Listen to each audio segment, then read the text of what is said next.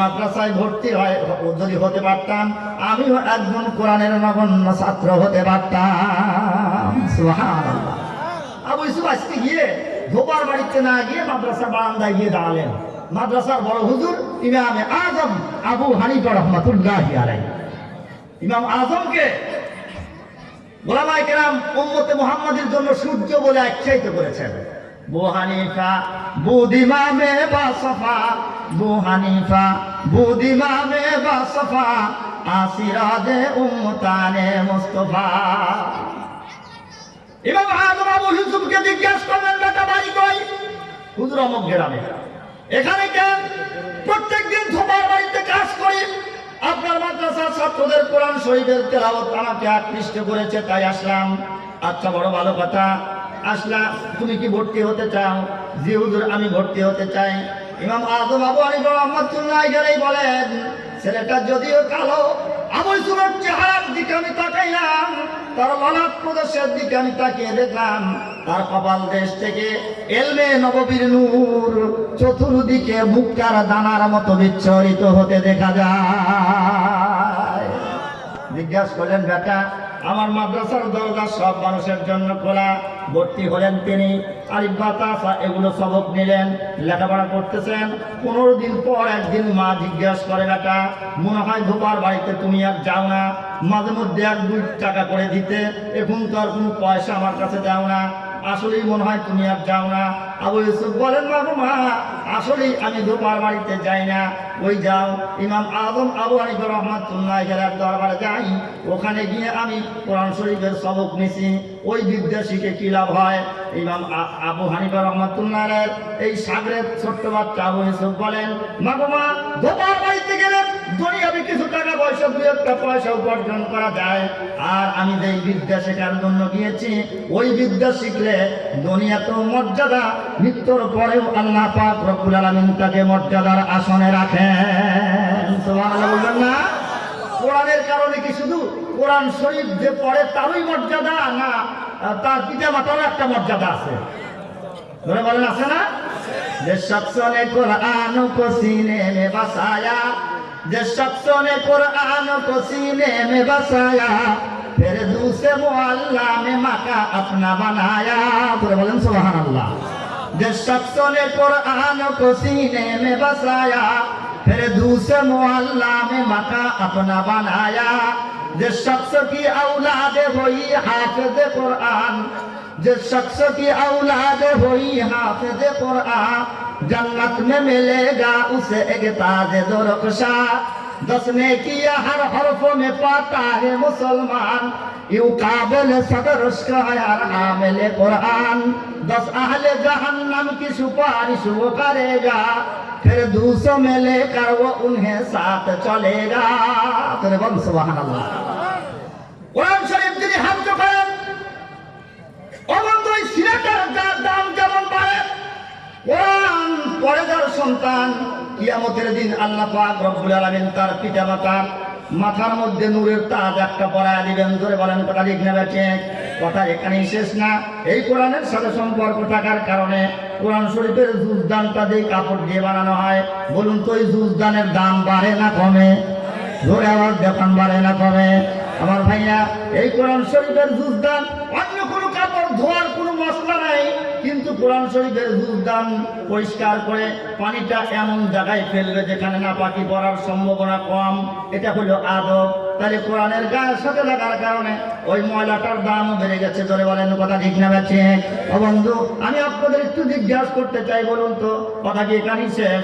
এই কোরআন শরীফ যদি সংসদ ভবনের টেবিলের উপরে রাখা যায়, সংসদের দাম বাড়ে না কমে? ধরে বলেন বাড়ে না কমে? কিন্তু আমরা কি সংসদ পর্যন্ত কোরআন শরীফ নিতে চাই? আমরা তো কোরআন শরীফকে সংসদ পর্যন্ত নিতে চাই না। আমরা মনে করি যে কোরআন শরীফ তাবিজ লেখার একটা বই, আর মৌলবীরা এগুলো পড়ে ইমামতি করবে, মাদ্রাসার ছাত্রদের মাঝে মধ্যে দাওয়াত দিয়ে খাওয়াবো, এই পর্যন্তই কোরআন শেষ, শুধু মসজিদের ভিতরে থাকবে। কিন্তু একটা কথা মনে রাখবেন, রান্নাঘর থেকে নিয়ে আন্তর্জাতিক পর্যায় পর্যন্ত যদি কোরআন শরীফকে স্থান দেওয়া যায়, গোটা পৃথিবী দুনিয়ার এই জমিনটা জান্নাতের সুবাসে ভরে যাবে। চিৎকার দিয়ে কথা বলেন ঠিক না বেঠিক? জান্নাত জান্নাতের সুবাস আমরা পাবো। কিন্তু দুঃখজনক হলেও সত্য, কোরআন আজকে আমাদের কাছে 4 সাবজেক্ট। ধরে বলেন কথা ঠিক না? কোরআন শরীফ 4 সাবজেক্ট। ডিসেম্বর মাসে একটু কয়েকদিন স্কুল ছুটি থাকে, রমজান মাসে কয়েকদিন স্কুল ছুটি থাকে, ওই সময় বাবুটাকে একজন প্রাইভেট হুজুরের কাছে পাঠিয়ে দিয়ে বলি, হুজুর একটু কোরআন শরীফটা পড়া শিখান তো। বলুন তো এটা কি ছুটির সময়ে 4 সাবজেক্ট হিসেবে পড়ানো নাকি কম্পালসারি হওয়া দরকার ছিল? বিরক্ত হইতেছেন আপনারা না? কোরআন শরীফ তো কম্পালসারি হওয়া দরকার ছিল, কিন্তু তা আমরা করি না। এজন্য আল্লাহ পাক রব্বুল আলামিনের কোরআনও ওই যে তাকের উপরে সারা বছর রেখে দিয়েছি, মাঝে মধ্যে শুধু একটু দেখে, ওর উপরে 2 ইঞ্চি পুরো হয়ে ধুলো পড়ে গেছে, কোনদিন সাফটাও করে না, এমন ঘর আমাদের বাংলাদেশে আছে না নাই? একদিনে এক লোক আমার কাছে আসছে, এক মুরব্বী 3-4টে কোরআন শরীফ নিয়ে আসছে, এসে কয় যে হুজুর এই কোরআন শরীফগুলো একটু মাদ্রাসায় দিয়ে দেন তো। আমি জিজ্ঞাসা করলাম কেন? কয় বাড়িতে পড়ার মানুষ নাই তো, এজন্য বাড়িতে থাকলে কেমন হয়, মাদ্রাসায় দিয়ে দিন। আচ্ছা ভালো কথা, মাদ্রাসায় যে আপনার বাড়ির সব লোকজন মরে গেছে নাকি? মুরব্বী কয় না মরে নাই। কেন? ওই বাসায় একটু নতুন করে আবার বাসা বানাইলাম তো, 3 তলা করছি, এখন কোরআন শরীফ রাখার আর জায়গা নেই, ছেলে মেয়েরাও বিভিন্ন জায়গায় থাকে, পড়তে চায় না। আমি বললাম যে আপনি কি এটা নেকির কাজ করার জন্য আসছেন, কোরআন শরীফ দান করে, নাকি কবিরা গুনাহ করতে আসলেন? বাড়িতে কোরআন শরীফ পড়বে না এজন্য মাদ্রাসায় যাওয়া, এটা কি নেকি না গুনাহ? আপনি একটু বলেন তো। আল্লাহর হাবিব বলেন, যে ঘরের ভিতরে কোরআন শরীফ নাই, নবীজি ওই ঘরটাকে উজার ভিটার সাথে তুলনা করে বলেন কালবাইতিল পারে, ওটা হলো উজার ভিটা। আপনার বাড়িতে 5 তলা বিল্ডিং থাকতে পারে, 3 তলা বিল্ডিং থাকতে পারে, কোটি টাকা খরচ করে ডুপ্লেক্স বাসা একটা তৈরি করেছেন, কিন্তু ওই ঘরের ভিতরে কোরআন শরীফ না থাকার কারণে নবীজির ভাষায় নবীজি বলেন ওটা হলো উজার ভিটা। উজার ভিটাতে যেমন শিয়াল আর বন বিড়াল ছাড়া অন্য কিছু বসবাস করে না, ওই ঘরের সব মানুষগুলো কোরআন না পড়ার কারণে ওই ঘরটা এখন বন বিড়ালের বাসা হয়ে গেছে। বলেন কথা ঠিক না? কোরআন শরীফ তাকের উপরে রেখে যায়, তেলাওয়াত করে না। আজ থেকে 30 বছর আগের কথা যদি আপনি একটু চিন্তা করেন, আমাদের বাড়িতে টেবিলের উপরে একটা কোরআন শরীফ থাকতো, এত বড় একটা বাঁশ দিয়ে রেহাল বানানো থাকতো, ওই রেহালের উপরে আমাদের মা চাষিরা কোরআন শরীফ পড়তো। বলেন কথা ঠিক না? সকালবেলা ঘুম থেকে উঠে কোন ঘরের পিছন দিয়ে যাওয়ার সময় শোনা যেত গুনগুন গুনগুন করে আমাদের মা দাদিরা কোরআন শরীফের তেলাওয়াত করে, যদিও সহি করে পড়তে পারতেন না, তারপরে কোরআন তেলাওয়াতের একটা আওয়াজ ছিল। ফজরের নামাজের পরে বাড়ির ঘরের পিছন দিয়ে গেলে কোরআন শরীফের আওয়াজ শোনা যেত। ও বন্ধু, দিনটা কেমন করে হারিয়ে গেল। এখন আমাদের ঘরের সোফাগুলো বড় সুন্দর হয়েছে, ঘরের ফার্নিচারগুলো বড় সুন্দর হয়েছে, টেবিল আগে যেটা ছিল ভাঙ্গাটা ওটা সরিয়ে দিয়ে সুন্দর একটা দামি টেবিল আপনার ঘরের ভিতরে রেখেছেন। যেই টেবিলে থাকার কথা ছিল কোরআন শরীফ, এখন ওই টেবিলে কোরআন শরীফ না রেখে ওই টেবিলের উপরে এত বড় একটা রঙিন টেলিভিশন। জোরে কোন কথা ঠিক না রাখি? ওখানে টেলিভিশন এসে গেছে। কোরআন শরীফ আল্লাহর কাছে দরখাস্ত দিয়ে বলে, রব্বুল আলামিন আমাকে এই গজবের ভিতর থেকে সরিয়ে নাও। আল্লাহর কাছে দোয়া করে, কোরআন শরীফ আল্লাহর কাছে প্রার্থনা জানায়, আঁখোं में लगाया जाता हो ताबीज बनाया जाता हो, धो धो के पिलाया जाता हो, धो धो के पिलाया जाता होता में सजाया जाता हो। तो वो मायने को कुछ भूल सिखाया जाता हो, उस तरह सिखाया जाता हो, उस तरह पढ़ाया जाता हो। आँखों में लगाया जाता हो, आँखों में लगाया जाता होता में सजाया जाता हो। আল্লাহর কাছে কোরআন শরীফ বলে রব্বুল আলামিন মাঝে মধ্যে একটু চোখে লাগায়, মাঝে মধ্যে একটু রমজান মাস আসলে চুমু খায়, এছাড়া আমাকে ব্যবহার করে না। আল্লাহর কাছে ফরিয়াদ জানায়, দরখাস্ত জানায়, ও বন্ধুরে আমি আপনাদেরকে বলবো, কোরআন শরীফের শব্দ যদি কোনো ব্যক্তি নেয় আল্লাহ পাক রব্বুল আলামিনের লানত তার উপরে বর্ষিত হয়। আর কোরআন শরীফ থেকে যদি বরকত হাসিল করা যায়, দুনিয়া আখিরাতের ঘরটা বান্দার জন্য আল্লাহ পাক সুন্দর করে দেন, সফলতার রাস্তা আল্লাহ পাক রব্বুল আলামিন বের করে দেন। আমার ভাইরা, এজন্য আমরা কোরআনের ছায়াতলে আসি। আল্লাহ পাক আমাদের সিনাকে, আমাদের ঘরগুলোকে কোরআন দিয়ে ভরপুর করে দেন, কোরআনের নূরে আলোকিত করে দেন। সকলেই বলুন আল্লাহুম্মা আমিন। কিন্তু আমাদের ঘরে কোরআন শরীফ নাই, বরকত শূন্য আমাদের ঘর। সকালবেলা যে ঘরের ভিতরে কোরআন শরীফের তেলাওয়াত হয়, ওই ঘরে সারাদিন পর্যন্ত আল্লাহ পাক রিজেকের জিম্মাদারি নিয়ে নেন। মা সকালবেলা সূরা ইয়াসিন পাঠ করবে, বাবা সকালবেলা সূরা ইয়াসিন পাঠ করবে, ছোট্ট কচি বাচ্চাটাও সকালবেলা সূরা ইয়াসিন পাঠ করবে। এই যে সারাদিনের একটা বরকত তারা হাসিল করে নিল। শুধু বরকত আর বরকতই হবে। কিন্তু বন্ধুরে, আমাদের ঘরগুলো আজকে এই কোরআন থেকে একেবারে খালি হয়ে গেছে। মা সারাদিন পর্যন্ত রিমোট হাতে নিয়ে যদি থাকে, আর ওই টিভির ওই চ্যানেলগুলো যদি পরিবর্তন করতেই থাকে রাত 2টা পর্যন্ত, সকাল ফজরের নামাজ পড়তে থেকে, বলুন তো ওই ঘরের ভিতর থেকে কি কোরআন ওয়ালার সন্তান আসার সম্ভাবনা আছে? কথা হয় না? আপনাদের ইয়াসিন মার্কেট এলাকার মা বোনগুলো ভালো আছে, এরা বাইরে বেরই হয় না, সারাদিন শুধু কোরআন শরীফের তেলাওয়াত করে, রাস্তাঘাটে পাওয়াই যায় না। ধরে বলেন কথা ঠিক না? দেখলাম না তো, কই আসার সময় তো দেখলাম না, খালি পাও ফালাম গেল। আমার ভাই, আল্লাহ পাক আমাদেরকে সহি ভুল দান করেন, বলুন আল্লাহুম্মা আমিন। কথা বলতে ছিলাম আমি, আবু ইউসুফ মনে আছে না? মার কাছে কয়, বাবা আমি তো ইমাম আযমের মাদ্রাসার ছাত্র, কোন ওস্তাদ করে শিক্ষা দিল, চল ওই ওস্তাদের কাছে যাব, আমি তোকে ফেরত নিয়ে আসবো। তুই যে বিদ্যার কথা বলতেছিস, এই বিদ্যা করলে তো মানুষ ভাত পায় না। আপনারা একটু বলুন তো, মৌলবি ভাত পায় না না খায় না? হুজুরের বাইরে বলেন পায় না না খায় না? যেখানে যাই ওখানে তো আমাদের জন্য একটা মুরগি বাজেট থাকে। ধরে বলেন কথা ঠিক না?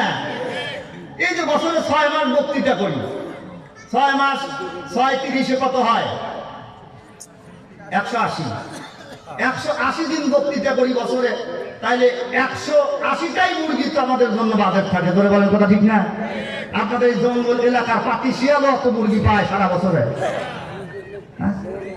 মৌলবি ভাত পায় না, মৌলবি ভাত খায় না, খাওয়ার সময় নাই। ধরে বলেন কথা ঠিক না? ব্যাচিস করে যায়।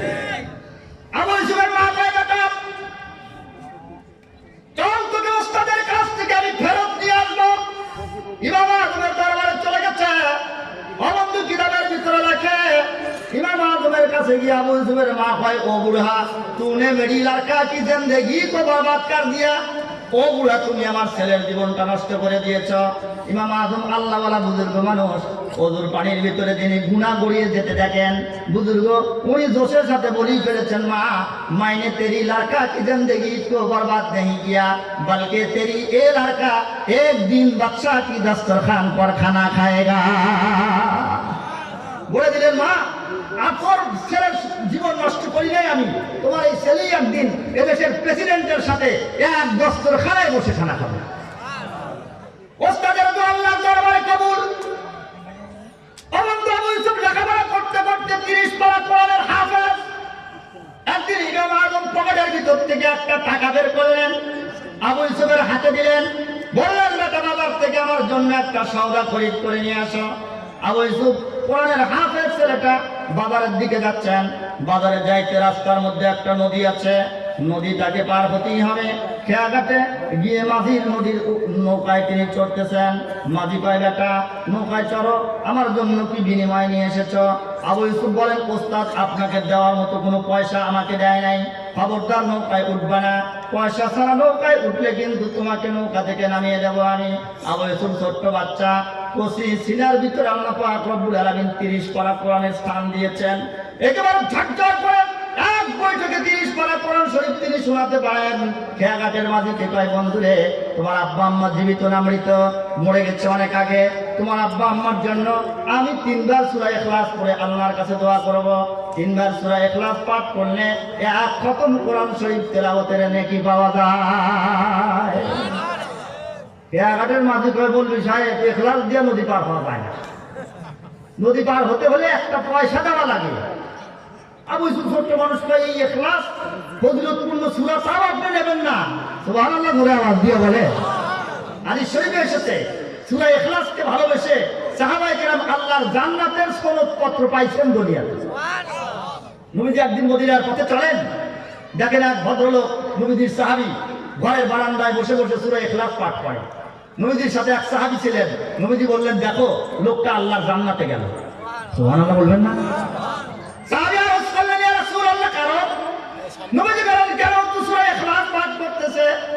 আমার বন্ধুরে সালাউল্লাহ পানিপতি রহমাতুল্লাহ আলাইহি তার তাফসীরে মাযহারি ভিতরে লেখেন, আল্লাহর হাবিব মুহাম্মদুর রাসূলুল্লাহ সাল্লাল্লাহু আলাইহি ওয়াসাল্লাম মসজিদে কুবাতে একজন ইমাম দিয়েছেন, ইমামতি করেন।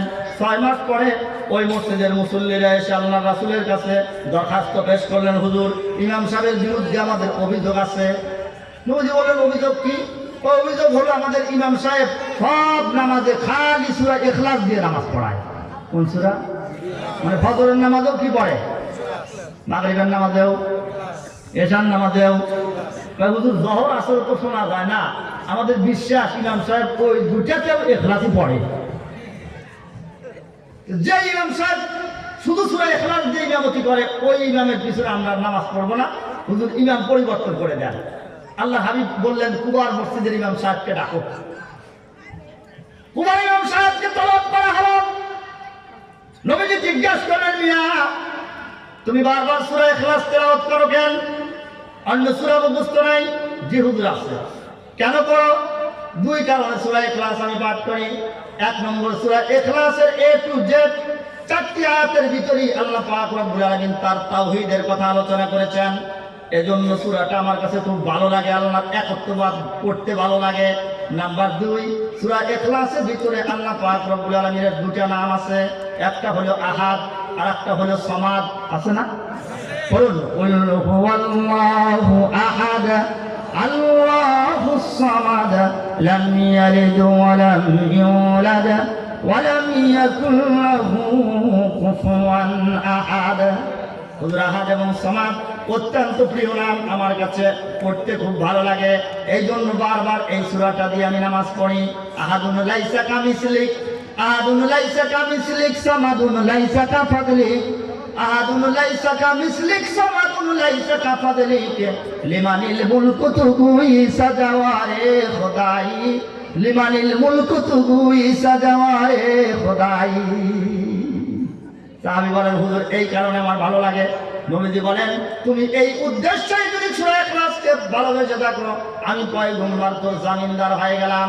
সূরা ইখলাসের মুহাব্বত তোকে আল্লাহর জান্নাত পর্যন্ত পৌঁছে দেবে। তো সূরা ইখলাস খেয়াঘাটের মাঝি কয় আমি নেব না। আবু ইউসুফ বললেন, তাহলে সূরা ইয়াসিন পড়বো। কয় না, তাও নেব না আমি। শেষ পর্যন্ত ফিরে আসলেন, ওস্তাদকে বললেন, হুজুর আসলেই যে আমার মা বলেছিলেন এই বিদ্যা দিয়া কোনো কাজ হয় না, নদী পার হতে পারলাম না। ওস্তাদ পকেটের ভিতর থেকে একটা মানিকের টুকরা বের করে আবু ইউসুফের হাতে দিলেন।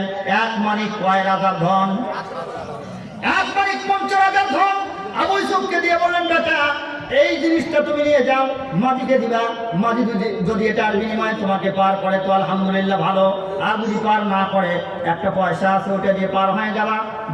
বাজারে গিয়ে প্রত্যেকটা দোকানে এই জিনিসটার দাম জিজ্ঞাসা করবা। খবরদার যে যতই দাম বলুক না কেন কারো কাছে বিক্রি করবা না। আবু ইউসুফ চলে গেলেন। মাঝিকে বললেন, বন্ধুরে বিনিময় নিয়ে এসেছি। মালিকের টুকরাটা বের করে মাঝির হাতের ভিতরে দিলেন। মাঝি প্রায় নিয়েছে অসল পয়সা। মাঝি কি চিনলো? ধরে বলেন, মাঝি চিনলো? বানরের গলে দিলে মুক্তার হার ঘৃণা ভরে ফেলে দেয়, কদর নাই তার। মাঝি নিল না। আবু ইউসুফ নিয়ে বাজারে চলে গেলেন। বাজারে গিয়ে এক তামাকের দোকানে জিজ্ঞাসা করলেন, বন্ধুরে এটার বিনিময়ে কি খানিক তামাক দেওয়া যায়? তামাকওয়ালা কয়, বাবা এটা এত ছোট জিনিস নিয়ে আসছো তুমি, এটা যেহেতু কলকির ভিতরে একটা গুটি দেয় না, মুরগির আগে দিত না, এটা যেহেতু ওইটাই দেওয়া যায় না। আচ্ছা ভালো কথা। সবজিওয়ালার কাছে গেলেন, সবজিওয়ালাও নিল না। এক মনোহরির দোকানে গেলেন। এই লোকটা কয়, আমি এর বিনিময়ে 5000 দিরহাম দেব। আবু ইউসুফ কয়, তো কম দামে হবে না। অবন্ধুরঙ্গ কথা। চলতে চলতে বাজারের শেষ প্রান্তে একটা জুয়েলার্সের দোকান। বলুন তো জায়গা মতো গেছে না বেয়া জায়গায় গেছে? জুয়েলার্স ওনাকে গিয়ে বলে, বন্ধুরে দেখেন তো এই জিনিসটার দাম আপনার কাছে কত? জুয়েলার্স ওলা কয়, বাবা এই জিনিসটা যদি তুমি আমার কাছে বিক্রি করো, একসাথে টাকা দিয়ে আমি কিনতে পারবো না, এক মানিক 50,000 ধন তুমি যদি আমার কাছে বিক্রি করো, একটা শর্তে তোমার কাছ থেকে নিতে পারি, প্রত্যেক বছর জানুয়ারি মাসের 1 তারিখে 1000 করে স্বর্ণের টাকা বিনিময়ে উপহার দেব।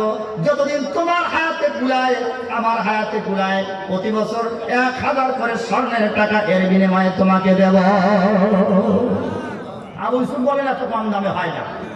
ওই ওস্তাদ বলে দিয়েছেন দাম যে যত বলবে বিক্রি করবি টাকা দিলে। ফেরত নিয়ে আসলেন, ইমাম আজমকে বললেন হুজুর বিষয় বুঝলাম না, খেয়াঘাটের মাঝি বছর বলে নিল না, আরেকজন দাম বলে না, 5,000 10,000 2 লাখ এই পরিমাণ দাম পায়।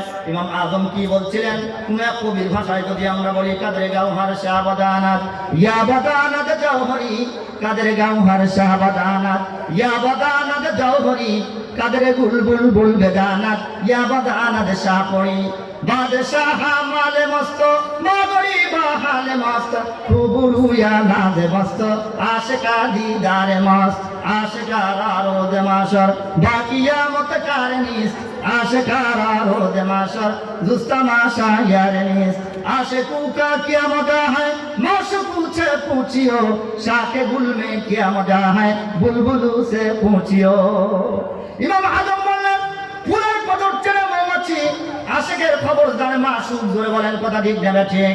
তুমি খেয়াঘাটের ফুলের উপরে যদি চামচিকা দিয়ে এনে বসিয়ে দেওয়া যায় আর 2.5 ঘন্টা সময় দেওয়া যায়, ওখান থেকে তুমি একটু মধু বের করো, চামচিকের 14 গোষ্ঠীর ক্ষমতা আছে ওখান থেকে মধু বের করার, ওটা মৌমাছি একমাত্র পারে।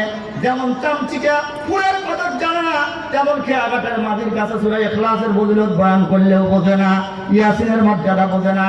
সূরা ইখলাস, ইয়াসিন, কোরআন শরীফের মর্যাদা তো তারাই বোঝে যাদের কলবের ভিতরে কোরআনের নূর আছে, তাকওয়া পরহেজগারের নূর আছে, তারাই একমাত্র আল্লাহর কোরআনকে মহব্বত করে, কোরআনকে ভালোবাসে। ধরে বলেন কথা ঠিক না বাকি? এজন্য আমার ভাইরা, আমি এই যে কিছু কথা এতক্ষণ পর্যন্ত আমি বলতেছিলাম এবং বললাম, এতক্ষণের আলোচনায় আপনি কি কি বুঝলেন? কোরআন শরীফের প্রয়োজনীয়তা আছে না নাই? এবার জোরে বলেন আছে না নাই? কোরআন আল্লাহ পাক যাকে দিলেন পৃথিবীর সবই যেন তাকে দিয়ে দেওয়া হয়। কোরআন যাকে দিয়েছেন সব আল্লাহ পাক তাকে দিয়েছেন। আল্লাহ পাক কোরআন শরীফে বলেছেন তো, ইউতিল হিকমাতা মাইয়াশা ওয়া মাইয়ুতাল হিকমাতা ফাকাদ উতিয়া খায়রান কাসীরা। আল্লাহ পাক যাকে ইচ্ছা তাকে হিকমত তথা কোরআন দান করেন, আর যাকে এই কোরআন শরীফ দেয়া হলো তাকে যেন ফাকাদ উতিয়া খায়রান কাসীরা, তাকে যেন খায়রে কাসীর, পৃথিবীর সব ধরনের কল্যাণ দান করা হলো। আল্লাহ পাক আমাদেরকে কোরআনের ভাগীদার বানিয়ে নেন, বলেন আল্লাহুম্মা আমিন। এজন্য কোরআন শরীফ যেমন প্রয়োজন, কোরআন শরীফের মাদ্রাসাও তেমন প্রয়োজন। ধরে বলেন কথা ঠিক না? প্রত্যেক গ্রামে গ্রামে যদি প্রাইমারি স্কুলের প্রয়োজনীয়তা থাকে, প্রত্যেক গ্রামে গ্রামে একটা করে নুরানি মাদ্রাসার প্রয়োজনীয়তা আছে না নাই? তাছাড়া আমার ছেলে আল্লাহকে চিনবে কিভাবে, রাসূল আকরাম সাল্লাল্লাহু আলাইহি সাল্লামের তরিকা শিখবে কিভাবে? মাদ্রাসার প্রয়োজনীয়তা আছে। আলহামদুলিল্লাহ আমাদের এখানে আমাদের নুরানি তালিবুল কোরআন মাদ্রাসা গড়ে উঠেছে। এই মাদ্রাসাটাই এই এলাকায় হওয়ার কারণে আপনারা খুশি না নারাজ? বলে আওয়াজ দিয়ে বলেন খুশি না নারাজ? কেমন খুশি আমি একটু দেখবো, 5 মিনিট সময় আমি একটু দেখবো। এই মাদ্রাসার জন্য 1000 টাকার একটা নোট 1 নম্বরে কে দিতে পারেন যে হুজুর ইনশাআল্লাহ মাদ্রাসার প্রয়োজনীয়তা আছে এলাকার ভিতরে, একেবারে নিবৃত